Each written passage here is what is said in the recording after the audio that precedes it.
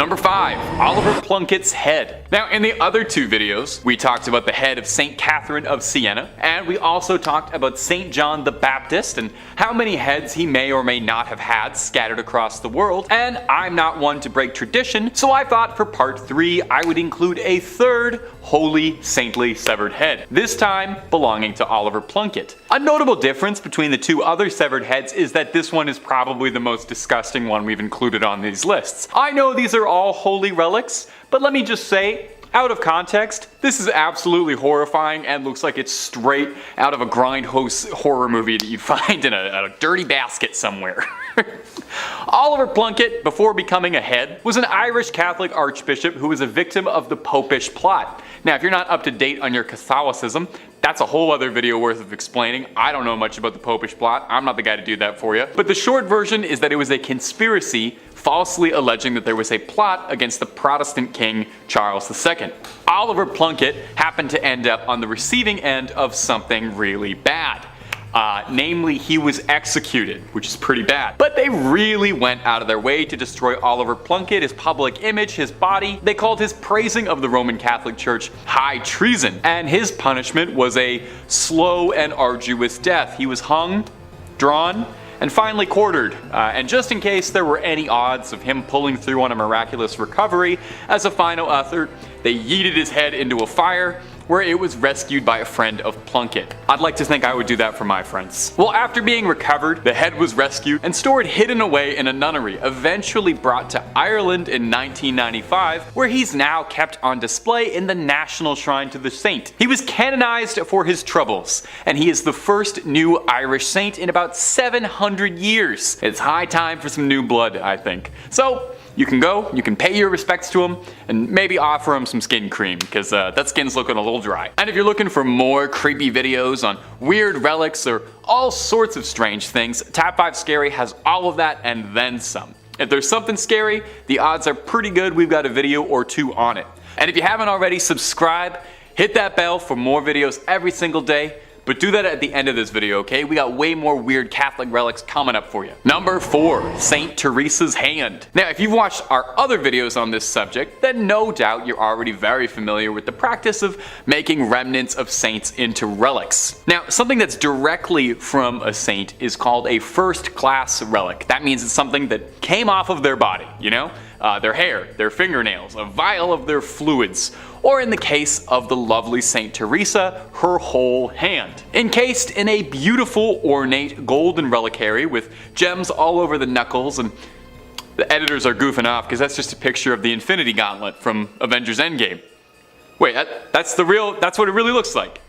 Yeah, it seems that Marvel Studios was more than inspired by the incorruptible St. Teresa's hand when designing the weapon that would give Thanos the power to wipe out half the universe. Throw a comparison pic of them side by side, they're almost indistinguishable. I'm not 100% certain if there's any symbolism or connection there, but I'm sure St. Teresa would love to know she was involved. She was a huge fan of the Marvel Cinematic Universe and all the things they do. When St. Teresa of Avila passed away, the sisters of her convent buried her with the hopes of keeping her holy body with them. 9 months later, she was exhumed, only to discover that her body was intact.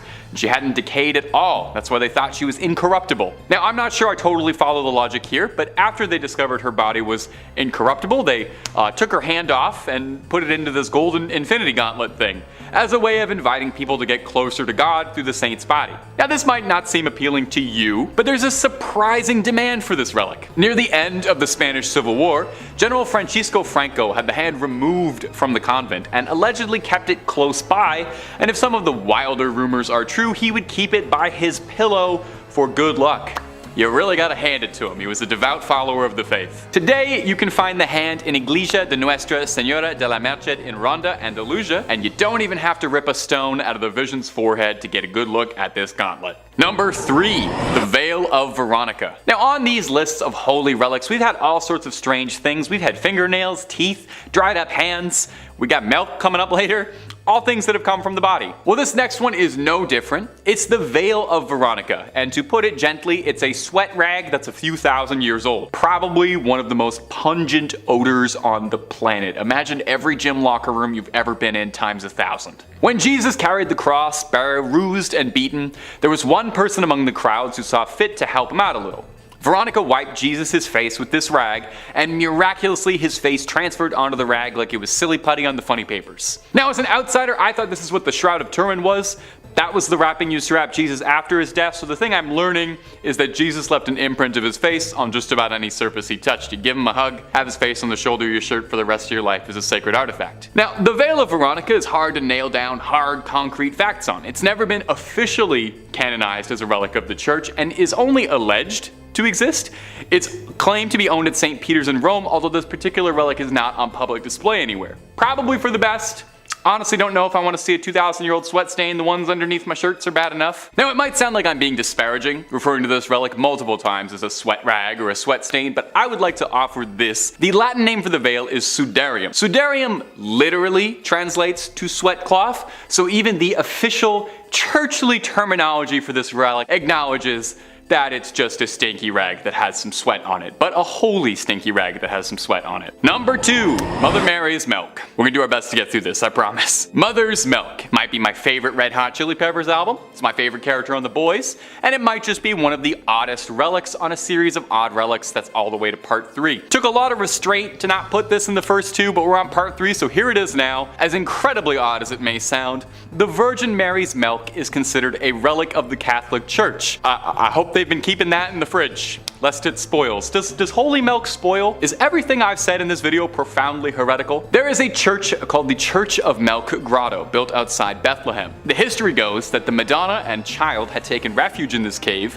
and while she was feeding, milk spilled outwards and blessed the stone of the cave, turning it completely white. Now, the church serves as a popular shrine for women who are struggling with fertility, who hope that the lasting aura and presence of the Virgin Mary will bless them. There's a legend that goes with it. Saint Bernard, the saint, not the big dog that has his tongue hanging out, was devoted to the Mother Mary. And one day, he was praying at a statue of the Madonna, and he asked it to give him some sign, some proof that she was a mother. I guess the statue has like an odd sense of humor because it sprayed milk onto Saint Bernard. Depending on the variation of the story, either his eye or in his mouth. I saw a lot of really interesting paintings depicting this scene, and editors, I hope you're having so much fun trying to find photos for this one. I am so sorry. Truly, rest in peace your search history. In the Middle Ages, vials of the milk were sold and transported all over Europe. For what purpose, I could not tell you. These days, the Church of Milk Grotto sells a limestone powder made from the stone walls of the grotto, meant to be dissolved in a drink and consumed. Kind of like Crystal Light, but it's holy milk. Probably heals all that ails, and it's a good source of calcium, perhaps. And number 1, the Holy Preuse. This is going to be the one that takes the channel down. You have no idea the restraint it's taken me to only be bringing this up now in part 3 of strange relics. This is probably the strangest relic of them all. We'll do our best to discuss this with reverence and also somehow figure out how to stay within content guidelines. Editors, best of luck. When Jesus was born, on his 8th day, a small piece of his skin was removed in a traditional ritual performed on Jewish men when they're born. Okay? Are you sort of following along with what I'm saying here? This particular part of the body that I can't quite mention that was removed at birth was an immensely holy relic to the Catholic Church called the Holy Preuse. Now, the very bizarre part regarding the history of the Holy Preuse isn't just that it exists at all, it's how much trouble one bit of skin would cause. You see, the prepuce first pops up in the year 800, when Charlemagne gave it to Pope Leo III on December 25th, making it one of the oddest Christmas gifts ever given in human history. From here, it stayed until 1527. Now, when Rome was sacked, a German soldier stole the prepuce and tried to keep it for himself until it was eventually recovered again and became the centerpiece of the village of Calcutta, where it was seen as the most exciting thing to happen in a while. It was like a celebrity showed up to the village. It was this great, big, important deal. They had a part of the body of the Savior. All manner of miracles are reported to have been the result of the Holy Preuse. However, several other churches, villages, priests all claimed that they had the true Holy Preuse, and any other ones you might have heard of out there were false.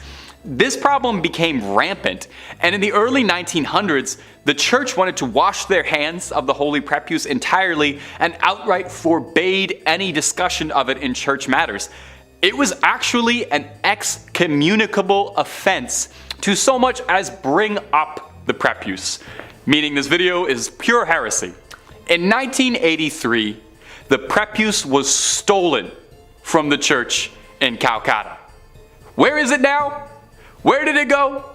Absolutely no one knows. No one's fessed up. You know, if you took it, I think now's a good time to just admit you did it. But if they're ever looking for a plot line for a third National Treasure movie, I have an absolutely amazing idea for something Nicolas Cage could steal. Number 5. St. Catherine's head. Coming up first on our list of strange artifacts that the Catholic Church has hidden away is the severed, mummified head of the revered St. Catherine of Siena. You wouldn't really expect there to be a severed head kept out on display, but it is an important head, I've come to understand. When she was young, St. Catherine had a vision of Jesus on a throne surrounded by saints. Afterwards, she devoted her life to Catholicism and she gave herself to the nunnery, cut her hair, scalded herself, and took a vow of celibacy. At 28, Catherine was said to have received the stigmata when 5 red rays shot out of the crucifix she was praying to and pierced her hands, her feet, and her heart. But these were far from the only miracles attributed to the lovely St. Catherine, however. She was said to be seen levitating once during prayer, and even once a priest said he saw a Holy Communion fly from his hand directly into her mouth. Now, I will be honest, that does make her sound a bit like a saintly golden retriever, but okay. Catherine would pass at the young age of 33 and would be canonized a century later. If you don't know, that's a fancy word for being made into a saint post-mortem. While she passed in Rome, there was some disagreement as to where the young saint should be laid to rest eternally. Her hometown of Siena quite wanted her body back. Her spiritual leader, Raymond of Capua, knew he wouldn't really be able to smuggle her entire body past guards in Rome, so he elected to just take her head in a bag, which normally would be terrifying behavior, but it's good here. The story goes that when the guards intercepted Raymond, he prayed to Catherine, and when they looked inside his sack, they found naught but a collection of rose petals and not a severed head. Her final miracle. Now, the head was placed in a reliquary. That's a difficult word to say, especially on a teleprompter. The head was placed in a reliquary where it still remains today, and you can go and pray to it, and I promise it's not gonna blink or anything at you, even though it looks like it just might. And if you're looking for way more stories of creepy relics locked away, haunted object, cursed things, cryptids, conspiracies, aliens, the whole scary 9 yards, Top 5 Scary has all of that and then some. So hit that little bell, hit subscribe, and make sure you do not miss a single thing. Do it after this video, okay? We got way more creepy things locked away coming up for you right now. Number 4, the Grand Grimoire. Our next entry has been formally referred to as the Gospel of Satan, and is said to be a cursed book whose knowledge had to be sealed away to protect humanity. So this might be the most deadly book ever published after Hop on Pop. The Grand Grimoire, who is said to have been penned by a priest in the 16th century, who was possessed by a litany of demons who compelled the man to put their knowledge to paper. Acting as a scribe for these demons, the man wrote everything they knew about dark incantations, spells, instructions on how to cast rituals, ways to bind a demon to you to make it your little minion and do your bidding. Wait, a demon gave instructions on how it wants to be bound to a human to serve humans? Freaky little demon. That's not all too. There's a step-by-step recipe for a little necromancy if you're down to dabble in some dark arts and make some bones dance to your rhythm. The book really covers all the fun stuff you have been told not to do. It's not just brimstone and hellfire neither. There's rituals to help manipulate luck, how to conduct a seance, and I actually think this is adorable. There's even ways to make people love love you in there. But dating tip from old Tay, if you need a demon's help to make them like you, it might not be the strongest relationship. So just a heads up. Now, if all of this is sounding super appealing, and I don't blame you, I played a necromancer in Skyrim, I want to make the bones raise. Just know that this book is considered high treason. Even so much as cracking the spine is considered equivalent to selling your soul. So, you know, maybe hold off on that Amazon order for a bit. Also, I'm pretty sure the copy they're selling on Amazon is not the original, because due to the book's cursed reputation, the original copy is said to be locked away in the Vatican's secret archives, and I'm sorry, but no matter how many times you ask, they're not gonna let you look at it, even if you swear you're just taking a little peek just to look at the illustrations and maybe the dedications. They're gonna keep it locked up.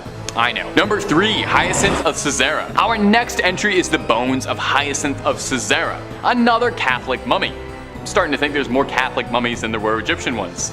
Incredibly ornate and gorgeous, the Bones of Hyacinth look like something out of one of the Indiana Jones sequels, rather than like a real thing you can go and see, but I promise you they are totally extant. On the grounds of the Furstenfeld Abbey reside the relics of 2 saints. Now, these aren't just like a toenail or a tongue, and more on that later, but these are full-on science class skeletons dressed to the 9 in gold and jewels, encrusted in more diamonds and rubies than you could imagine.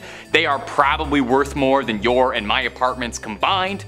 Old Hyacinth, Hisey, as he liked to be called by his friends, was an obscure martyr from the early days of Christianity, slain by the Romans for his faith. We know precious little about him today, but we know that his name appears in a list of martyrs from the 4th century, which suggests that he used to be pretty important, and he was popular enough to write his name down on a list, much like what I'm doing right now. Look at how history repeats itself like that. Isn't that fascinating? Now, Hyacinth's skeleton showed up at the Church of the Assumption in, I'm going to excuse the pronunciation here, Furstenfeldbruck near Munich at an unknown date. Did somebody just dropped him off? Somebody just dumped a bag of bones on the front step like he's a baby you're giving up for adoption at the fire station? No more questions. The church was sacked by the Swedish army in the 17th century, and when it was rebuilt, they really went all out with the decor, going over the top, a little baroque, including a skeleton decked out in bling, looking like he is about to take over the skeleton rap scene. So that's Hyacinth, largely not remembered in life for any particular reason beyond being slain for his religion, and remembered forever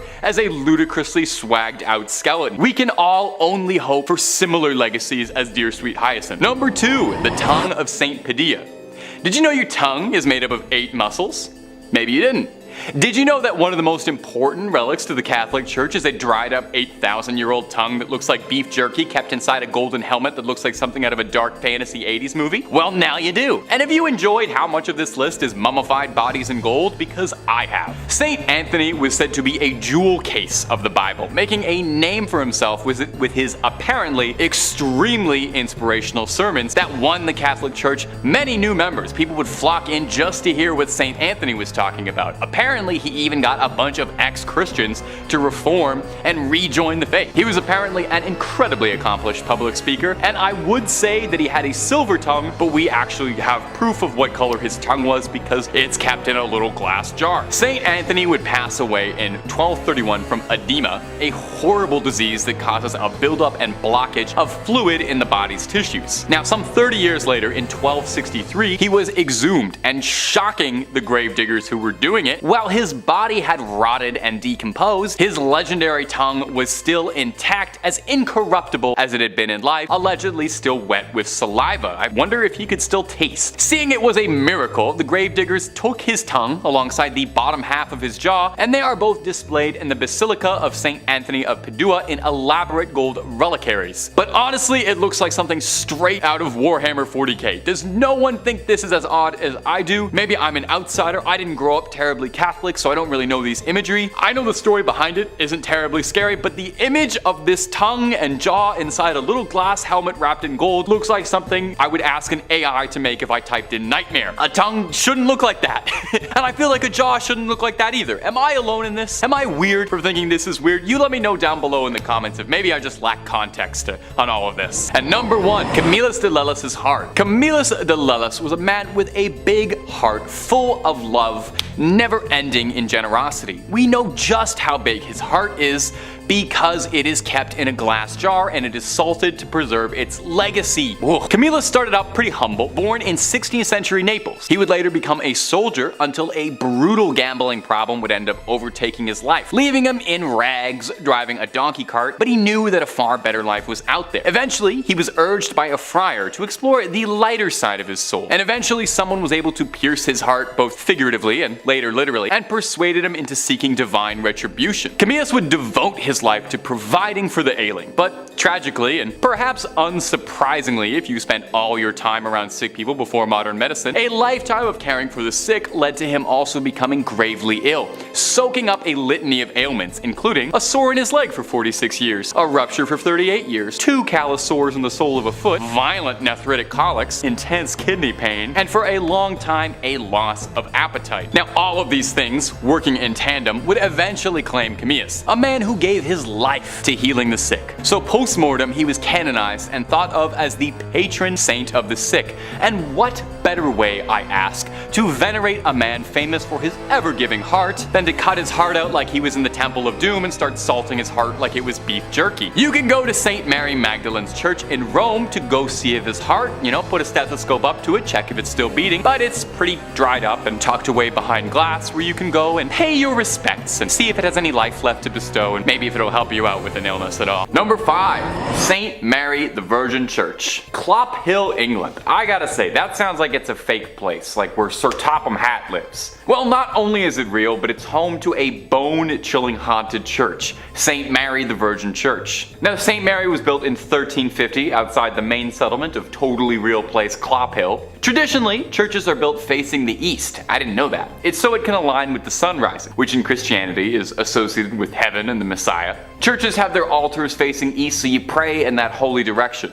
Well, St. Mary's just had to be a little different, and this church is facing the west, facing away from God. And it's why some people believe the church is hosted to evil spirits, as facing west means they've shunned God and opened their doors to the devil. Paranormal investigators have strongly suspected the church as being host to satanic rituals. As the church fell into disuse, it became a popular spot for vandals, and if you believe the legends, black magic. In 1963, a local couple saw 2 people wandering around holding a human skull, which definitely I think would cause you to look twice. The people told the couple that they had found the skull in St. Mary's, where it had been jammed into a wall. When the couple went to investigate, they found on the floor a breastbone, pelvis, and leg bones, all laid out in a pattern used for black mass. Pretty spooky. Scattered cockerel feathers and tracings of 2 crosses filled in red were found inside the church as well. And as if that wasn't slightly unnerving enough, they also found that 6 graves of women in particular had been tampered with as well. All signs seem to be pointing towards some dark rituals happening at St. Mary's Church. Common sightings at the St. Mary's Church range from smaller scale things like strange screeching during the night or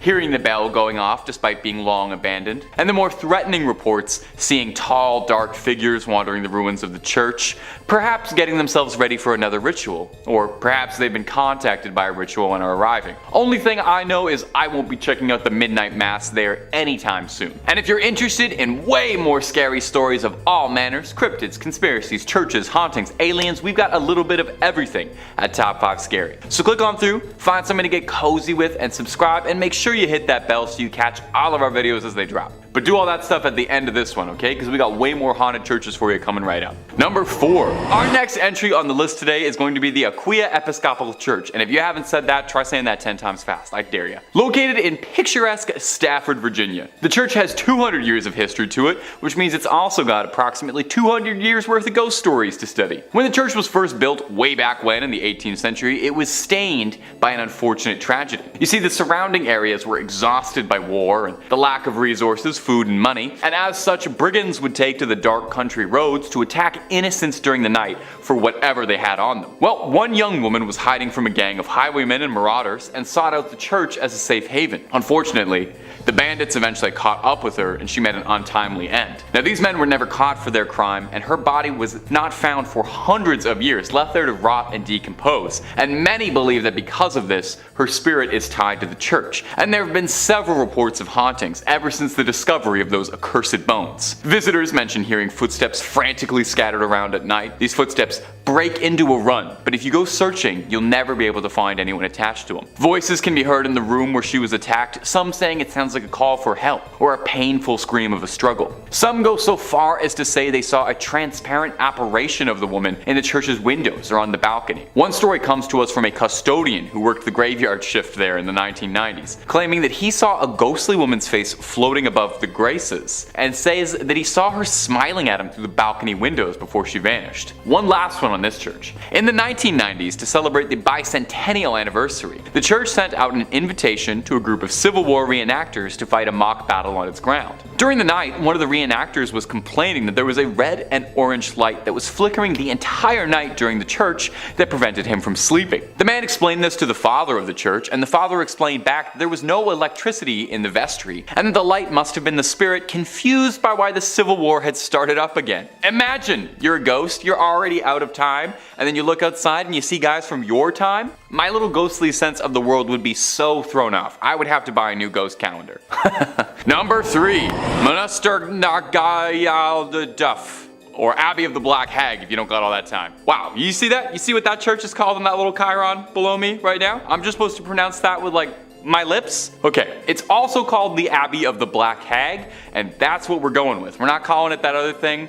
I'm not doing that. Black Abbey of the Hag, only name this church has ever gone by, and it was built in 1298. And it was one of the well-known medieval convents in Old Ireland. The remains of the abbey still stand today in a secluded valley, making it already mysterious and supernatural place just that much more supernatural and overgrown and spooky. I mean, the place is called the Abbey of the Black Hag. You don't name a place that unless it's extremely haunted or if there's like a cool boss fight or something there. Sounds like it's straight out of Dishonored. It's believed that the last abbess, horrible word by the way, in charge of the abbey practiced witchcraft, and in the scary way, okay? She brought death, misfortune to the surrounding areas. Pope Martin V condemned the abbey, not being down for witches at all. The accused witch left to live out in the damp, deserted abbey by herself, which she probably loved because it sounds scary. Over time, her skin blackened, her hair furled, and her soul twisted, leading to the place being renamed the Abbey of the Black Hag. And if you can believe it, there's actually more to this one. The Count and Countess of Desmond once called the abbey home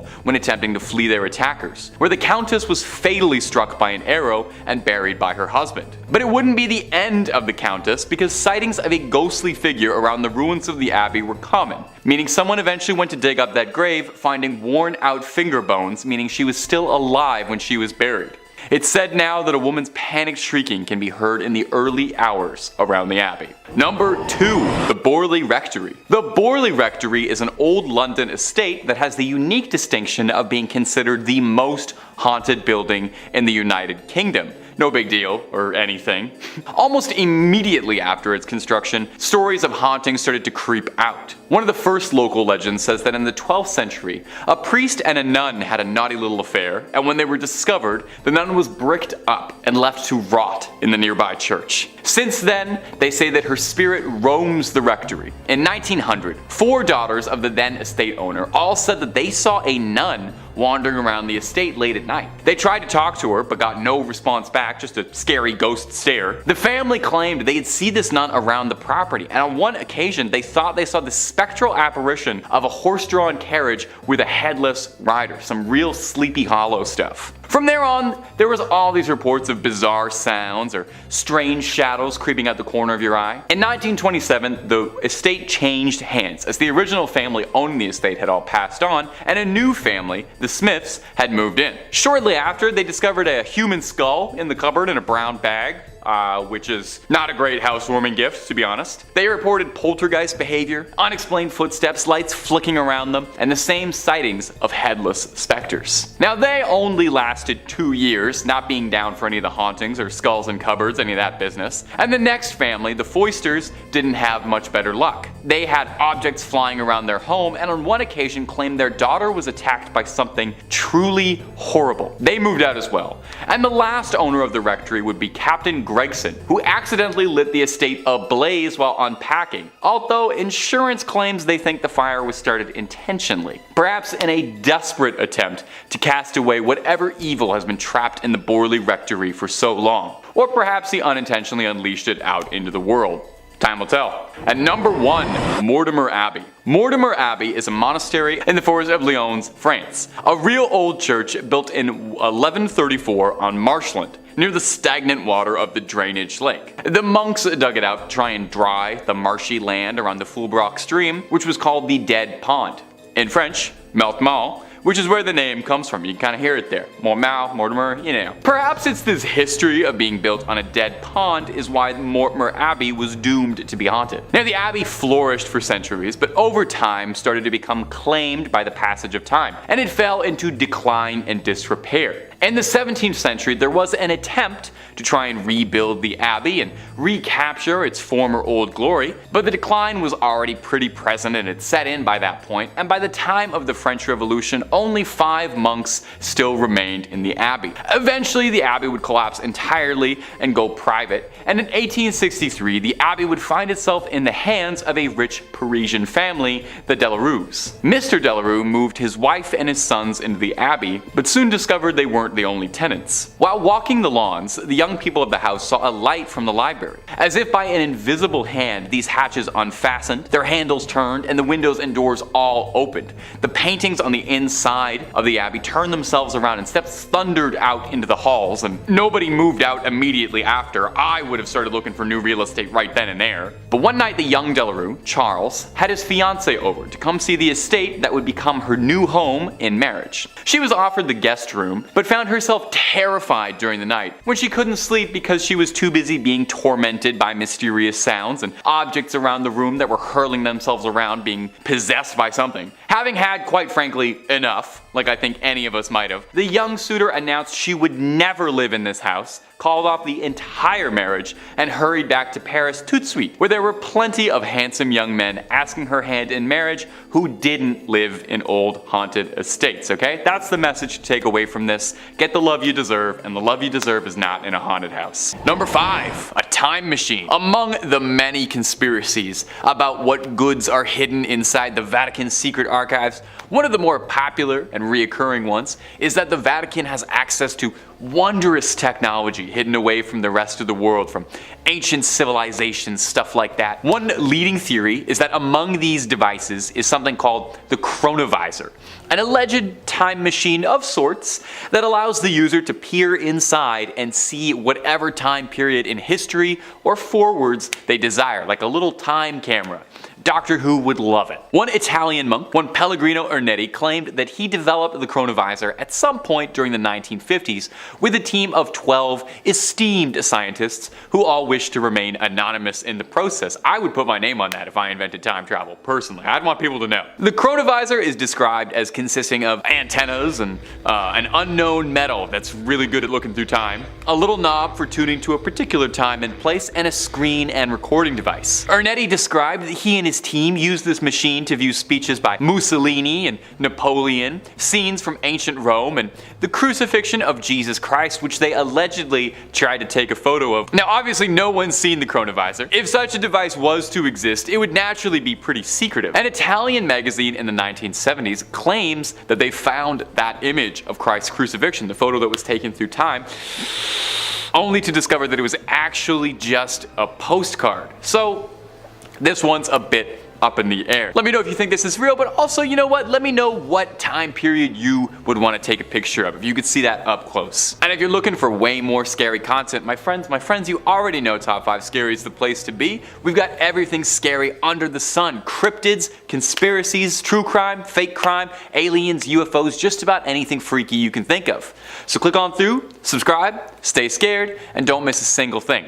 But keep watching this video too, okay? We worked hard on it. Number 4, the 3 secrets of Fatima. Over 100 years ago, 3 young people in Portugal from the town of Fatima claimed that they were visited by the Virgin Mary herself in a vision, and the Madonna shared with them wondrous prophecies and visions onto them. These visions, allegedly, were the Second World War, the rise and fall of communism, and the death of a pope. And these were referred to as the 3 secrets of Fatima. Very cool prophecy stuff. Now, story goes that the Madonna would visit these 3 shepherds every 6 months on the 13th day of each month on the dot. She was very punctual. Influenza would end up claiming the lives of 2 of these prophets, leaving only one to share messages with the world, and then only briefly too. Conspiracies and conspiracists state that the things the Virgin Mary told the shepherds weren't quite reported on accurately, and in truth, the church knows the real secrets that were bestowed upon the Fatimans, and that these were way too dangerous to be let out and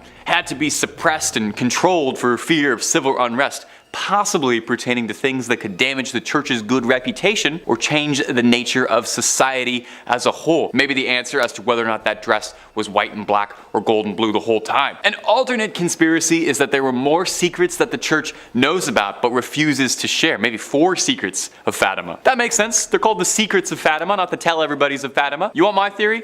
My conspiracy? Virgin Mary told those shepherds of Fatima the recipe for KFC and Coke, and the Vatican realized quickly that information is just too sensitive. That's got to stay under wraps. Number 3, proof of aliens. Well, we already talked a little bit about some of the incredible technology that could be inside this archive.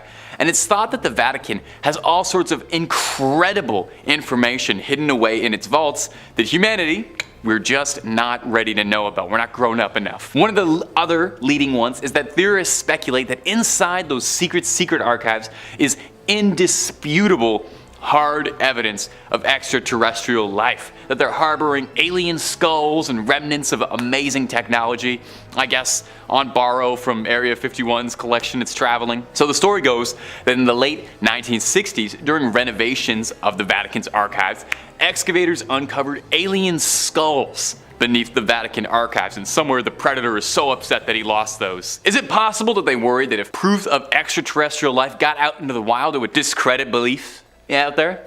It wouldn't be the first time. Galileo was famously locked up for his wild beliefs about the celestial bodies that would turn out to be fairly true.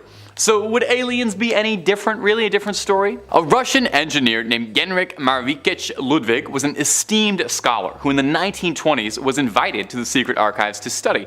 A very prestigious position offered to less than 1,000 scholars a year. According to him, while there, he uncovered documentations that discussed the influence of aliens on civilizations like the Egyptians, the Mayans, the Mesopotamians.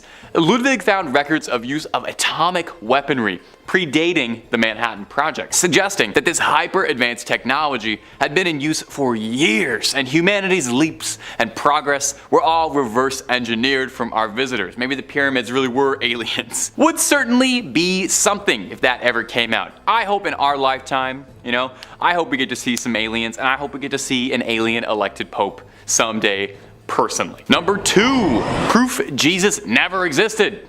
Or did. Now, among the things that you would think the Vatican would really want to keep hidden and on the DL would be proof that the Lord and Savior did not exist. This is another popular conspiracy theory emanating about the Vatican, that one of the things they're trying to cover up is some alleged document that insists Jesus as we know him wasn't quite real or wasn't as reported accurately. That would make sense. If I was the Pope, that would be the #1 thing I would want to keep under wraps, right?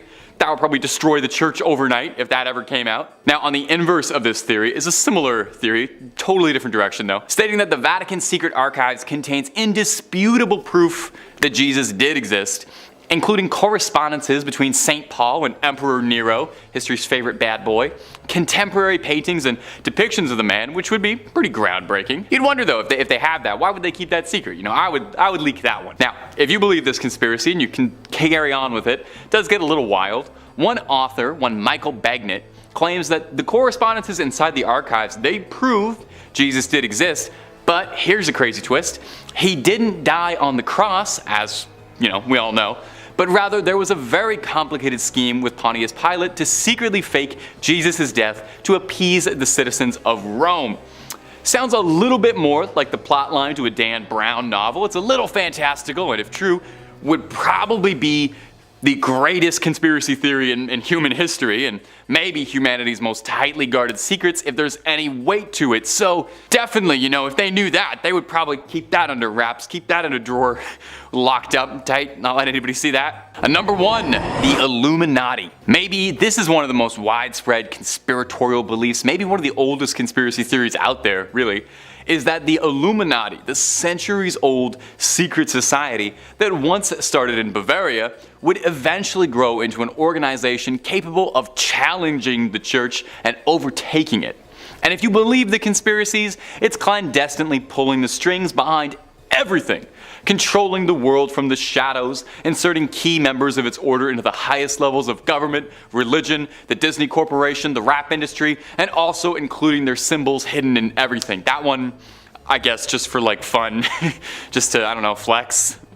May I just say though, if the Illuminati are real and controlling things, they have got to be the least kept secret order, imaginable, since, I'm talking about them. Well, the conspiracy goes that the Vatican is closely tied with the Illuminati, with some believing that cardinals and the papacy are all tied to Illuminati interests, and that the secret archives contain bountiful proof of this: memos, meetings, plans for world domination, etc. The Vatican's archives date back centuries, nearly 1,000 years worth of old papers, with some documents containing secrets of the Knights Templar, who are thought to be the originators of Freemasonry, the group that would become tied with the Illuminati. That's who the Illuminati was based on. Surely some of those Knight Templar meeting minutes would be particularly illuminating, if you'll pardon that absolutely horrible pun. Of all the ones on this list, I think this one is the most outright likely, since we know the Illuminati did stem from the Freemasons, and we know that there was a real Illuminati. That's an indisputable fact. And we know the Knights Templar, we know all of these groups did exist, and it's very likely that there are some secrets inside the Vatican's archive containing references to those 3 groups that could fuel the plot lines for the next 12 years of Assassin's Creed games. We got some good conspiracy stuff in there. In 5th place, we have an exorcism filmed through a peephole. So it's no secret that exorcisms are still a practice done today, but the Catholic Church really likes pretending that they don't because of the negativity around it. Technically speaking, the Catholic Church authorizes the use of exorcism for those who are believed to be the victims of demonic possession. Specifically, in Roman Catholicism, which is what I grew up with, exorcism is a sacramental but not a sacrament, so unlike baptism, confirmation, first communion, or confession. Unlike a sacrament, exorcisms depend on 2 elements: authorization from valid and legitimate church authorities and the faith of the exorcist. The church will ask publicly and authoritatively in the name of Jesus Christ that a person or object be protected against the power of the evil one and withdrawn from his dominion. Now, the rite of exorcism was revised in January of 1999, making it a lot less Latin, and assumes that, possessed persons retain their free will, although the demon may hold control over their physical body. It involves prayers, blessings, and invocations with the use of the document of exorcisms and certain supplications. Typically, the individual will be restrained, and the priest will perform a ritual of prayers to remove the evil spirits. Solemn exorcisms, according to the canon law of the church, can be exercised only by an ordained priest or higher, with the express permission of the local bishop, and only after a careful medical examination to exclude the possibility of mental illness. The Catholic Church has between 500 to 600 official exorcists, with the vast majority operating in Latin America and Eastern Europe. Now that we're all clear on the formal definition of exorcisms, time to dive into this lovely 2014 video. The ritual was captured on camera by a man who heard the shrieks of the woman inside the sanctuary and filmed it through the peephole of a door. The incident occurred at the Assumption of the Virgin Mary Church in Vranov, Najijai, in February of 2014. The church's priest, Marek Dunda, confirmed the video is real, but only said that if something is filmed through a keyhole, there's nothing more to say about it. Which is a dodging the question kind of answer if I've ever heard one. He told the newspaper he was talking to that he carries a mandate from his bishop to perform exorcisms, and also said that the group were asking God to protect and to liberate the person, including using a Latin prayer asking for help, and of course it helps. Pardon me. I'm no expert on exorcism rituals yet, but if you have to state that something of course helps, in my personal experience, it's a smidge sketchy. It's very hard to tell what is happening in the video, but it appears that at least 2 people surround the woman, who can be heard screaming in agony with momentary pauses in between for the duration of the, just under 2-minute long video. Daniel Trocta, who, shot the video after hearing the screams, warns people in the description to watch the chilling footage while wearing headphones, which is what I did. When asked about the condition of the woman in the video, the priest said any details about her or her state were private, and while I'm glad the church is respecting her privacy, I hope that the poor woman has been cured and healed. As much as I joke about it, demonic possession is no pleasant or laughing matter. In 4th place, we have footage from 2020. Okay, before anyone out there panics, I'm talking about the American news magazine that's been, broadcasted on TV since June of 1978. Not the awful year in recent history that we're not going to talk about, because that was awful. On April 5th of 1991, the show featured a segment that showed an actual Roman Catholic ritual of casting out demons, videotaped at a nun's home in suburban Palm Beach County. The segment shows the affected girl, referred to only as Gina, as she thrashes under the effect of ancient prayers, is sprinkled with holy water, and, has a cross being pressed to her head. Common stuff. The girl retches, writhes, yowls, and bares her teeth. She says, "Get out of here! Me not wanna leave!" shrieking all this at the priest, as one hand snaps the gauze bonds tying her to the chair. By the way, apparently if the exorcism team hadn't tied her down, she might have levitated to the ceiling. How very Willy Wonka. At the time, the March 25th issue of US News and World Report carried no fewer than 5 articles on hell and the devil, citing a poll that 6 out of 10 Americans believed in the netherworld, which is 2% more than in the church heyday of the 1950s. Another poll, released in August of the same year, said 55% of Americans believe in the devil and 49% in demonic possession. I'd love to see those results today, but I couldn't find them sadly. Most Catholic leaders say possession is rare, with Reverend Kenneth Doyle, Communications Director for the National Conference of Catholic Bishops, stating he's only heard of about a handful of exorcisms in the last 40 years, but I feel like that's just a PR statement. Here's the thing. When churchmen do perform an exorcism, they almost never talk about it. The main exorcist in this entire report is known only as Father A, and his face is kind of obscure. Sister Lois Schaefer and the Reverend Walton Dockerell of St. Rita Parish near West Palm Beach, who took part in the exorcism, said through a secretary that, no comment. Palm Beach Bishop J. Keith Simons, who permitted the taping, issued only a 4-paragraph statement, saying that the devil really exists, he is powerful and actively at work in the world today, as through the centuries, which echoes what Cardinal John O'Connor of New York said. Now, it was O'Connor's remark that there can be no question about the reality of the devil that initially drew the interest of 2020, especially after the church got about 75 requests from around the country to investigate possible cases of possession. That job fell to the Reverend James Labar, a specialist in the occult, who looked into some of the initial claims and decided that Gina in South Florida was genuinely being tormented by demons. According to the report, she experienced psychotic episodes, plus visions of demons and dead persons. Oh, I don't wish that on anybody. Her mother says she tried visits to a spiritist and to various hospitals, and in the footage, the priests say the girl is controlled by 10 evil spirits. They meet her violent reactions by following the prayers and the gestures of the rite. The ordeal took about 6 hours, and this isn't really uncommon for exorcism lengths. Before the procedure even took place, Father A mentioned how it's a terrifying experience at times, and that he,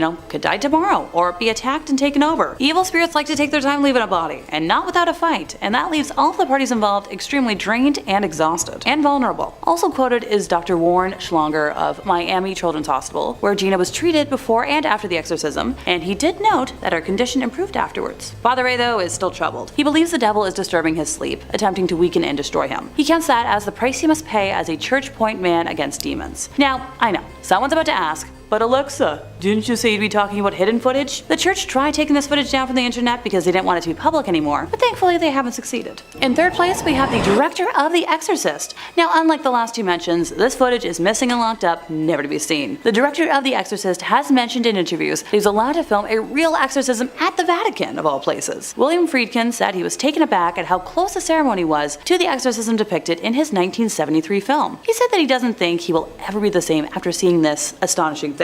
Now, he says he intended to shoot The Exorcist as a horror film, but the more he learned it, the more it became a supernatural tale instead. So while the book this was all based on a 1949 case of an American teenager called Roland, Friedkin said the Catholic Archdiocese of Washington, D.C. asked him to change the gender so as to, not draw attention to the young man. But in reality, the director said that it was a young man of 14 and not a gal who was allegedly possessed. Now, the Vatican did not immediately respond to a request for comment, and still has not as of this day. The church asking someone to hide something and then not commenting on it. I'd say I'm shocked, but I made a promise to myself to never lie on here, and I'm not about to start doing that today. Friedkin said he believed the boy was genuinely possessed, convinced that there was no other explanation. He read the diaries of not only the priest involved in the exorcism, but the doctors, the nurses, and the patients at Alexian Brothers Hospital in St. Louis, where this original case was carried out. He's also stated that he's not Catholic, doesn't go to church, or belong to a church or a synagogue. Make of that what you will. In second place, we have the exorcism of a satanic queen. This tale in particular comes from Dr. Richard Gallagher, who is an Ivy League educated, board-certified psychiatrist, and who performed a mental health evaluation on our sad woman to make sure it wasn't, an instance of something that could be helped with modern medicine first and foremost. He described her as a middle-aged woman who wore flowing dark clothes and black eyeshadow, and while she was charming and engaging, she was also part of a satanic cult.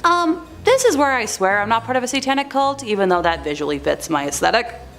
She called herself the queen of the cult, but Gallagher would refer to her as Julia, the pseudonym he gave her. The woman had approached her local priest and was convinced she was being attacked by a demon. The priest referred her to an exorcist who reached out to Gallagher for, a mental health evaluation. It was one of the first cases he took, and apparently it changed him. So he helped assemble an exorcism team that met Julia in the chapel of a house. He was adamant that objects would fly off shelves around her, and she somehow knew personal details about him, such as how his mother had died of ovarian cancer, and that the two cats in his house went berserk fighting each other the night before one of her sessions. She even found a way to reach him even when she wasn't with him. One night he was talking on the phone with Julia's priest when he says both men heard one of the demonic voices that came from Julia during her trances, even though she was nowhere near a phone and thousands of miles away. He and a team of exorcists paid her many visits, but eventually she called a halt to the sessions. She was too ambivalent and relished some of the abilities she displayed during her trances. About a year after she dropped out, Gallagher says that he heard Julia's voice on the phone again. This time though, she had called to tell him that she was passing of cancer, and he offered to try and help her with a team of priests while she was still physically able, but her response was vague, and sadly she passed before he was able to help further. Now, while Gallagher has taped all footage of his work, he has been forbidden by the church to release any of it. Ergo,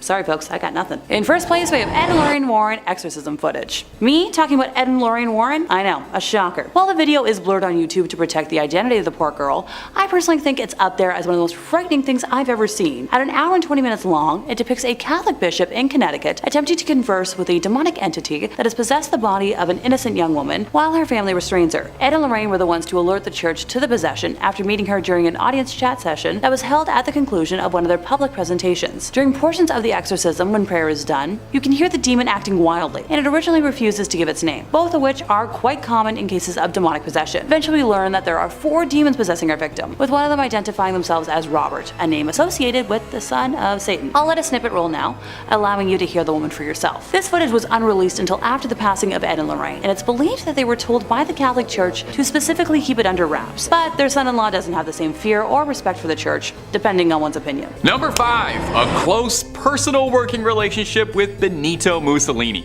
The Vatican isn't just the seat of the Catholic Church. It's also the smallest country in the world. Did you know that? Despite existing inside of Italy, the Vatican isn't part of Italy, but rather its own country, a little sovereign state. About 1,000 people live there total. But it hasn't always been that way, though. It wasn't founded as its own separate city.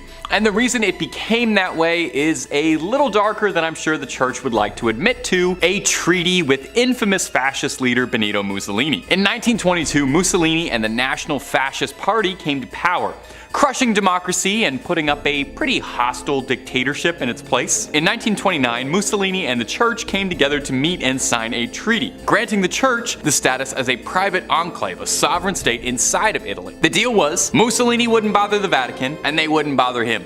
Mussolini even paid out a massive settlement, which the church invested and is believed to have been valued at $780 million, alongside the church getting tax exemption status and priests getting a healthy salary from the Italian government. All of those benefits you can thank fascist leader Benito Mussolini for. Perhaps most illuminating, however, was a clause that protected the Vatican's dignity, so to speak, meaning as part of their laws as a sovereign state, they were allowed to arrest and try anyone who criticized the people and the church. In exchange for signing this treaty, the Catholic Church publicly supported the fascist dictatorship and was recognized as Italy's official government. The Vatican's own newspaper printed shortly after the deal went down, "Italy has been given back to God, and God to Italy." And they had the support of someone who was involved in hundreds of thousands of deaths to thank.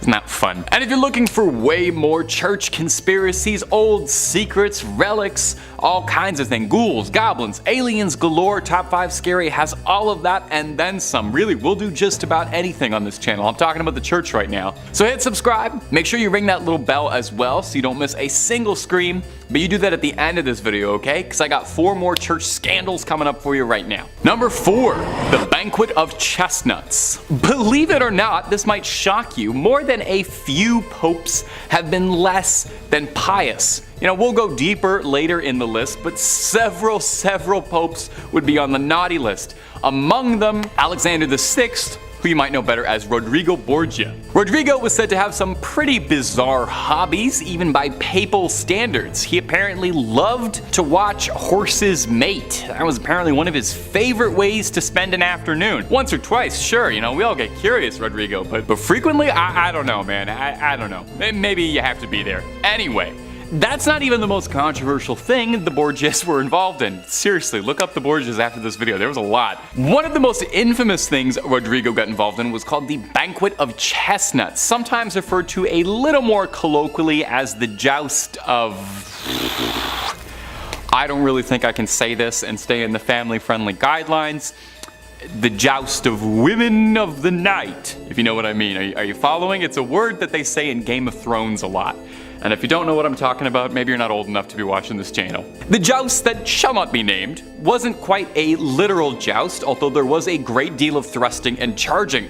Excuse me. Cesare Borgia, real-life Jaime Lannister and one-time Assassin's Creed Brotherhood villain, arranged a banquet in his chambers in the Vatican with 50 of the hardest-working courtesans of the time. They danced after dinner, then disrobed, and then the joust began. Rodrigo and his family gleefully threw chestnuts on the floor, forcing the women to grovel around their feet like swine. They offered prizes, clothes, jewelry, all sorts of baubles for the man who could fornicate with the most courtesans, that's pretty interesting.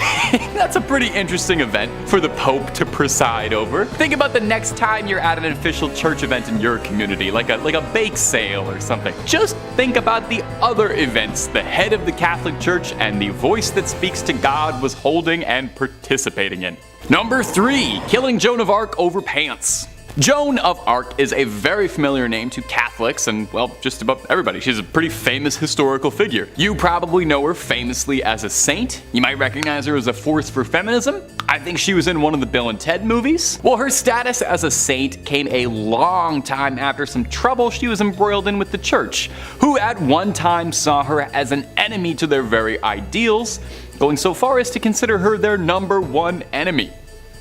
In 1429, the young Joan of Arc believed that God had spoken out to her and helped instigate an uprising to get the English out of France. Very cool for the French people who wanted them gone, but some high-ranking influential members of the clergy who had ties to the English weren't terribly fond of this wild woman who was going around dressing like a man and claiming that God spoke to her and was kicking all of their friends out of the country. Somebody do something about this wild woman. When King Charles VII enjoyed Joan's help during the many battles against the English, when Joan was captured by English forces, she learned the true extent of his loyalty when he handed her over to the Catholic Church to stand trial for heresy. After all, she was claiming she talked to God, and only the Pope is supposed to do that. And worst of all, Joan of Arc was wearing pants. She was wearing pants while doing it like a man. So Joan was put on trial for heresy and denied counsel, which is against her rights. Saul Goodman would have been furious. Regardless, Joan kept her cool, rather famously, and is famed for her level head. Joan was found guilty of being a rebellious spirit who wore men's clothes, and for these indignations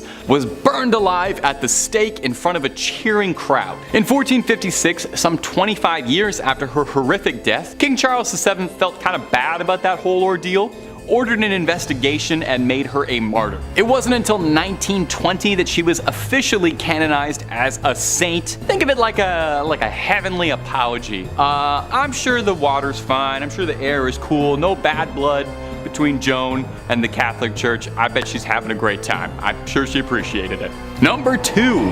Buying redemption. Can man find redemption? Can the weight of our sins be undone? Can a person truly change his course? Can an evil man become good? These lofty questions have dominated the hearts of man for years, inspiring countless great works of art and philosophical conundrum. At religion's heart is the concept of salvation and redemption, so it might strike you as more than a little bit bizarre that at one point in time, the Catholic Church was selling absolution for a price tag. Now, before we get into that, we need to talk quickly about an indulgence. No, not eating an extra large cheese pizza by yourself, but that is an indulgence of sorts. If you're like me and you've skipped Sunday Mass for the last 26 years, basically an indulgence in Catholic terms is sort of like a plan or a plea for absolving your sins. Something you have to do to absolve yourself. 30 Hail Marys, confession, that sort of stuff. In the early 15th century, after Pope Julius died, Pope Leo X would inherit the papacy. Leo loved the pleasures that came with being Pope. He loved the big hat. He loved spending lavishly. He loved voluptuous entertainment. He loved living like a king, not a pope. It took him 8 years to completely drain the Vatican's treasury, which other popes weren't really doing. So when St. Peter's Basilica was in the process of being rebuilt, they were plain out of money and needed a fundraiser. But instead of selling Girl Guide cookies door to door, Leo announced that anyone who contributed money to the church would be granted an indulgence. Now, an indulgence was supposed to be a path laid out by a church for your betterment, but it was hawked as if you were buying a sin redemption ticket, like a get-out-of-hell free card. Dominican friar John Testel was named the Grand Commissioner of Indulgences in Germany. Overseeing indulgences was his only job. That's the only thing this guy did to give you a sense of how many people were doing this. He sold absolution for future sins you were planning to commit later. Pay a small fee, and if you kill a guy next week, totally fine. God says it's okay. Now, this probably worked pretty decent if you had a bit of coin, but if you were an average person, a serf like me, perhaps, you did your best to prepare for an eternity in hell. Salvation was just another pleasure the rich had, and hell is where us poors go. Unsurprisingly, someone got very upset about this new stance from the church. He was pretty upset about this. His name was Martin Luther, and he passive-aggressively left a note on some doors like an upset roommate, and I can't remember if anything ever came out of that, if anything ever happened to him in history. It's lost to time. It's probably unimportant. Number 1. The plot of Assassin's Creed 2 was real. If you've garnered anything from this video, I sincerely hope it's that the Pope oftentimes does not follow the rules. Yes, the guy interprets the will of God, and he's got a direct phone line to him directly, but that doesn't mean he has to follow every single one of his rules. We've already discussed some truly wild sins, horse mating, chestnut parties, spending money, but let's top it all off with the biggest one, a full-blown assassination conspiracy revolving around a pope ordering a hitman. And you just sit on that for a second. In the 1470s, Pope Sixtus IV hatched a scheme to rid Florence of the Medicis, who was the most influential family in the country at the time, with such power that they rivaled the church. The Medicis had served as the bankers for the papacy for generations, and as such were absurdly wealthy. Pope Sixtus kickstarted this conflict when he swapped the Medicis as the papal bankers to the Pazzi family. Oh, no. The Medicis didn't want to fund the Pope's claim of the town of Imola, which the Medicis wanted to claim for themselves to lord over. So, something had to be done about these meddling Medicis. Pope Sixtus contracted 2 assassins to carry out the plot against Lorenzo and Giuliano de' Medici during Easter Mass on a Sunday, which just feels unbelievably disrespectful to me. If you're the Pope, I mean, ordering an assassin against anybody, morally gray, but doing it on Easter Mass? You're not even allowed to talk in church, but you can orchestrate a political assassin? I don't know. Now, if you're sitting listening to this and you're kind of wondering why some of this sounds vaguely familiar and you don't know why you recognize these names, it's because you might recognize this plotline in between jumping into bales of hay as being a major force in Assassin's Creed 2, where protagonist Ezio Auditore da Firenze ends up helping out Lorenzo Medici a great deal. Yes! The games were really inspired by true history, save for a few extendo blades and boss fights against the Pope. Rodrigo Borgia, as far as we know, never got into a fistfight with any assassins and wasn't killed by Cesare, but I digress. If you remember from Assassin's Creed 2, Giuliano was fatally slain, but Lorenzo survived. and rallied support of Florence in a war against the church. Ezio picked off conspirators, and then sailed to Naples to meet King Ferdinand to discuss a peaceful solution to the bubbling war. So in the end, the plot failed drastically because all it really did was make people think that Lorenzo Medici was the coolest guy around and brought intense shame to Pope Sixtus, and it inspired one of the best games Ubisoft ever made. Number 4. The treacherous Pope Boniface. Let he who is without sin cast the first stone. This idea being that none of us are truly free of sin, and we're all born into this world natural sinners. Well, some people really take that idea and really run with it. And you would be surprised how high up the Catholic Church some of these troublemakers get. That's where Pope Boniface VII comes in, one of history's most notorious popes for his incredibly unholy behavior. Pope Boniface was actually so wildly controversial that Dante Alighieri wrote in the Inferno that Pope Boniface was condemned to the 8th circle of hell where the frauds were kept. It's a really good window into the sort of general mindset of the population that in their books they were imagining all the ways he'd be tormented in hell. And as a quick aside, for the comment section, Dante's Inferno, is that history's first fan fiction? There's a very serious argument to be made that it is. Anyway, Boniface saw the destruction of Palestrina, a city that had already peacefully surrendered and submitted, but that wasn't good enough for the church. Palestrina had already been burned to the ground, and goofy old Pope Boniface ordered that they plow it down to the dirt and soil to ensure that absolutely nothing of the city remained standing, a real salt-of-the-earth approach. He was definitely a guy who loved his neighbors. He really loved his neighbors, in the sense that the vow of celibacy that men of the cloth have to swear to, Boniface didn't really, believe in at all. He was alleged to engage in all kinds of parties with all manner of bedroom companions, having once stated that he felt intercourse with younger people was as natural as hands rubbing together. A really, really great guy all together, and he also loved building statues of himself all the time, so he was very prideful, which that's the worst sin of them all, really. Number 3. Galileo. Science and religion do have a place alongside one another in the world, I think. Now, science and religion have had a complicated history, they've never quite seen eye to eye, kind of always furrowing their brows and glaring at each other through the hallways, but one could never truly disprove wholly the existence of God through science, and I think science can illuminate and shine new light on ways to glorify religion, right? Maybe? Well, not particularly. As one could imagine, there's a great deal of difficulty the church has with science. In 1633, Galileo Galilei, the renowned astronomer, made himself an enemy of the Catholic Church and God for having the unbelievable, blasphemous, heretical viewpoint that the Earth orbits the Sun and not the other way around. Now, Galileo didn't quite have it all the way, since he did posit that the Sun is the center of the universe, and he wasn't super right about that, but hey, give the guy a little credit. He was doing all this before the TI-84, okay? He was just looking up in the sky making all these guesses. Pretty smart guy. Was doing better than most astronomers out there. Now, for this most heinous, disgusting, unbelievably sinful crime, Galileo was arrested and put on trial, where 10 cardinals sat before him passing judgment and trying to decide how best to punish this disgusting heretic, floating some fun ideas like imprisonment for life, torment, being burned at the stake. Again, this is all because Galileo suggested how the planets work, and he was mostly right about this, which is important to hammer home. Eventually, Galileo renounced his beliefs, saying he was wrong and he was getting up there in age and didn't want to spend the rest of his life suffering. So in an act of true humble forgiveness, the church instead decreed that instead of being burned or anything, Galileo be condemned to spend the rest of his days in his home, which he did until his passing. That'll teach him. Now eventually, obviously, the church kind of had to walk back some of that treatment of Galileo. In 1992, they spoke out saying that maybe he was kind of technically right about a few things here and there, and mumbled out an apology like a schoolyard bully being forced to say sorry by the teachers. Sure, it was about 350 years too late, but I bet Galileo probably really appreciated it and would have loved to have known how vindicated by history he would have been. Number 2. The wild and wacky life of Pope Benedict IX. Over the years, there have been many controversial popes. I mean, there's a bunch on this list already. In fact, you'd probably find more popes are wrapped in controversy than you might imagine. Now, it's pointless to compare sins on any sort of moral scale as to who's the most evil or the worst pope, but it's hard to argue that few of them got up to as much chaos and trouble as Pope Benedict IX, who was one of the wackiest, most notorious popes out there. He once sold the position because he got bored of it. It's said he began his pontification when he was a young man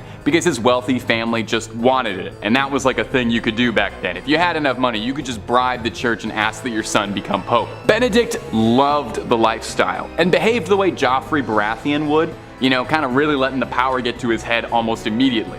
He would spend his money on women of the night, hosting lecherous, wild, erotic parties, which allegedly would have all manner of man, woman, and if the stories are to be believed, animals as well. It was not long before there were conspiracies being drawn up to assassinate the Pope, if you can believe that. Even just saying that feels weird, but they wanted to assassinate the Pope. Probably in a case of divine intervention or fate, on a feast day, his enemies snuck into St. Peter's Basilica carrying rope, ready to tangle up the Pope. But a solar eclipse scared the assassins so badly they called the whole thing off, and to be honest, I totally get it. If I was planning on disposing the Pope and the sun got blocked out, I'd assume God was furious at me. Failed coups notwithstanding, Pope Benedict's reputation did not improve much. He was attacked by an angry mob in 1045 and he was forced to flee and would be replaced by another pope, one Sylvester III. 2 months later, however, Benedict would return to take the title back. But 2 months later, he decided that he didn't really enjoy being pope anymore. It wasn't as fun, what with all the constant bombardment of hate and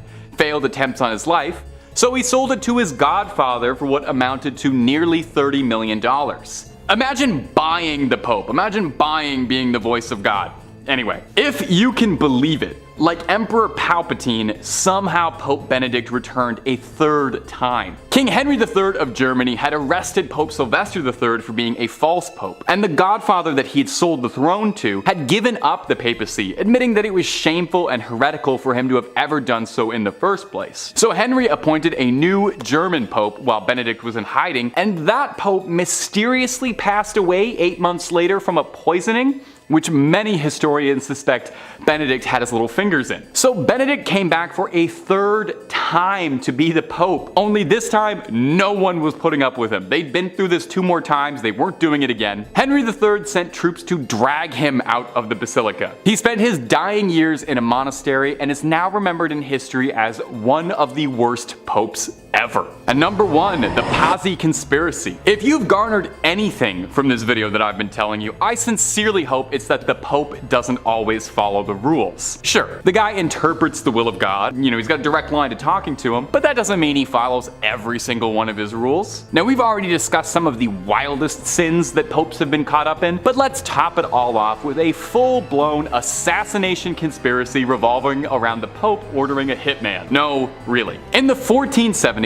Pope Sixtus IV hatched a scheme to rid Florence of the Medicis, the most influential family in the country at the time, rivaling the church. The Medicis had served as the bankers for the papacy for generations, and as such were loaded. Pope Sixtus kickstarted this conflict when he changed the Medicis over as the bankers to the Pazzi family, who were more loyal to him. The Medicis didn't want to pay to help the Pope claim the town of Imola, which the Medicis themselves wanted to lord over. So with these in the way, the Pope thought that something had to be done about these meddling Medicis. So Sixtus contracted 2 assassins to carry out the plot against Lorenzo and Giuliano de' Medici during Easter Mass on Sunday, which just feels unbelievably disrespectful if you're the Pope, you know? You can't talk in church, but you can orchestrate a political assassination. That's fine to do on Sunday, on Easter Sunday? Now, if you're sitting here listening to this and you're kind of scratching your head because you feel like all of this sounds a bit familiar, imagine you have a white hood on and you're jumping into a bale of hay,